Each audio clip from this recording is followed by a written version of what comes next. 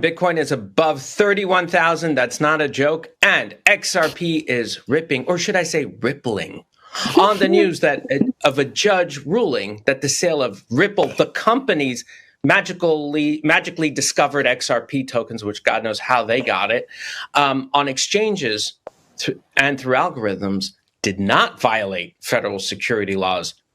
But to institutions, different story. Anyway, never mind that. Joining us now to discuss is CoinRoutes CEO and co-founder Dave Weisberger. Welcome, Dave. Thanks for having me.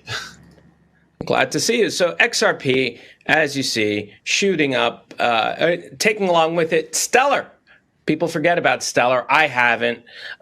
Stellar is also going in sympathy with it. What does it mean for the overall crypto market and for all coins, not just Stellar, which, by the way, according to my little research at the Tide, which I'm going to give a plug here because I did some little thing here, 0.81 correlation coefficient, Stellar and XRP. But you have a lot of altcoins that also go along with it.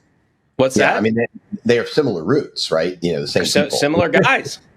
Yeah. So, I mean, look, first of all, I don't have tell to them tell that I was shaking my head when Alex earlier was talking about the case. I mean, I find it amazing how lawyers always focus on legal minutia and not understanding the bigger picture of what the judge was saying, because Judge Torres actually did a ridiculously good job in cutting through the nonsense. So let's be clear. What did the ruling say?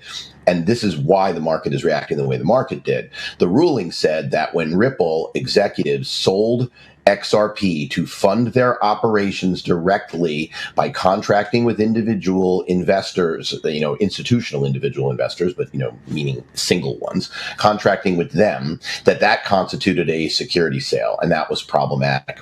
What she also said was, however, that once those tokens were out in the wild and are trading on exchanges, that people are buying or selling XRP. XRP is a utility token. It is not directly funding Ripple, and therefore that was not a security. Now, this is an incredibly important distinction because of its far-reaching implications for cases against Coinbase and other exchanges and secondary market trading. And so that distinction makes sense. Now, her claim that this will make it go for appeal, I've seen plenty of lawyers saying that it's going to be very difficult to appeal on those grounds. In point of fact, it'll probably be as good an appeal as the Biden administration appealing the judge's ruling that stopped airplanes, having to be wear masks on airplanes. It will be politically Ouch. Very unpopular as well.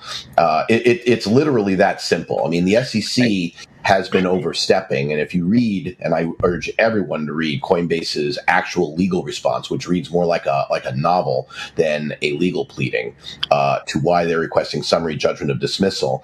And these two cases are extremely related in that regard, because there's also a footnote in the XRP, which basically says for securities trading on exchanges, the fair notice defense is absolutely alive and well. It simply doesn't apply to where Ripple knowingly sold to fund their operations in the beginning. And that's an important distinction. So why did the market react the way it did? Well, XRP token holders in the United States, a lot of people who might have wanted to buy XRP for whatever reason, I'm not going to talk about the investment merits of the token or not, but those people had very few places to buy it.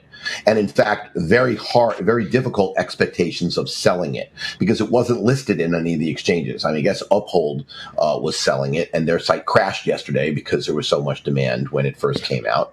But the truth of the matter is, people buy things with the expectation that they can get liquidity when they do want to sell, whether they are speculating in the short run, buying it for long-term appreciation, buying it because they see the use case exploding and they think there'll be demand. It doesn't matter the why. The why is irrelevant. What matters is people care about liquidity. So Ripple popped, basically doubled almost, and now it's settled back in a little bit. XRP, you're right. Sorry, XRP. You would think, you don't want those angry YouTube commenters. Yeah, you're going to get a whole bunch of angry comments on YouTube by people with several numbers after their names, and then they go crazy. You're right. So the XRP token is clear, but the impact, it goes well beyond that. So we saw Solana and pretty much all of the coins the SEC named in their rushed out cases against Binance and Coinbase. And I say that because they had two different lists. They didn't even compare or take the time to reconcile them. But all of those coins that the SEC claimed are securities are pretty much not securities today.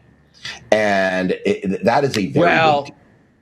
Well, it's not entirely cleared yet, right? Because we still have to go through the process of dealing with the Coinbase case before we can definitively say those aren't going to be deemed as securities by the courts. Because while this particular case had to do with XRP, it didn't say anything about Solana and Polygon, et cetera. Well, and that's going to be it might give us a clue. It's one federal. I want to be clear about one point. My friend John Deaton likes to make this point, and so I'll give him credit for it. Howie was talking about Orange Grove sales in a particular way, but under no circumstances does the Howie case ever declare oranges securities. Think about that, because what effectively Judge Torres was saying is these tokens, once listed and out in the wild, unless they don't represent a claim on corporate ownership like an equity, a claim on corporate repayment like a bond, they aren't basically raising money for the companies themselves. And in fact, in many of these cases, there are no companies. There's foundations or distributed networks. That's the key. And so I think that people will assume that the trading of crypto, until there's congressional action, is in a legal kind of nowhere land. And that's difficult. And I believe this will give an impetus for Congress to actually have real serious discussions. And right on the heels of this, we have Loomis Gillibrand with their bill, and a couple weeks ago, McHenry with the Agriculture Committee in Congress and the Finance Committee working together with their bill. I think that you have enough people looking at this that people think we might start making a move towards regulatory clarity. But in the nonce, I think the market has basically said, listen, we don't think any more of these coins are going to get delisted except for tokens that really don't make any sense whatsoever, right? And if you can say the Cell token, the Cell token is a perfect example of Mashinsky of it went to fund the enterprise, right? And so, that might be different. And I think that is a very important distinction people need to understand. What do you make of the I must have a vitamin token? C deficiency. What do you make of the Cell token pumping on Mashinsky's arrest news? I believe it's up about 20% right now. I don't. I don't understand it, honestly. I think that it's very hard for me to come to grips with somewhere around 95+% of all crypto tokens, why they exist. Layer ones, I understand. I don't understand single-use tokens for individual enterprises unless they're limited to, effectively, like if Amazon decided to take their Prime memberships and make tokens out of it so you could fix the price, it basically brings revenues, to the current from the future. Yeah, you could do that. I don't understand where there's enterprise value in the Cell token. I haven't looked into it. You should probably ask someone like Simon Dixon, who has been hip deep in this from the beginning, to give you a good commentary on that. What I can say is, whenever in finance you see the perp walk, whether it's Bernie Madoff or Jeffrey Skilling from Enron or any of the other people, anytime someone is walked out that people are mad at, markets tend to rally. Why the Cell token would rally along with it, I couldn't describe, but I'm not an expert on the potential use cases of the Cell token in a post-bankruptcy Celsius, which is mostly a mining company. So it's hard for me to tell what the tokenomics are for that.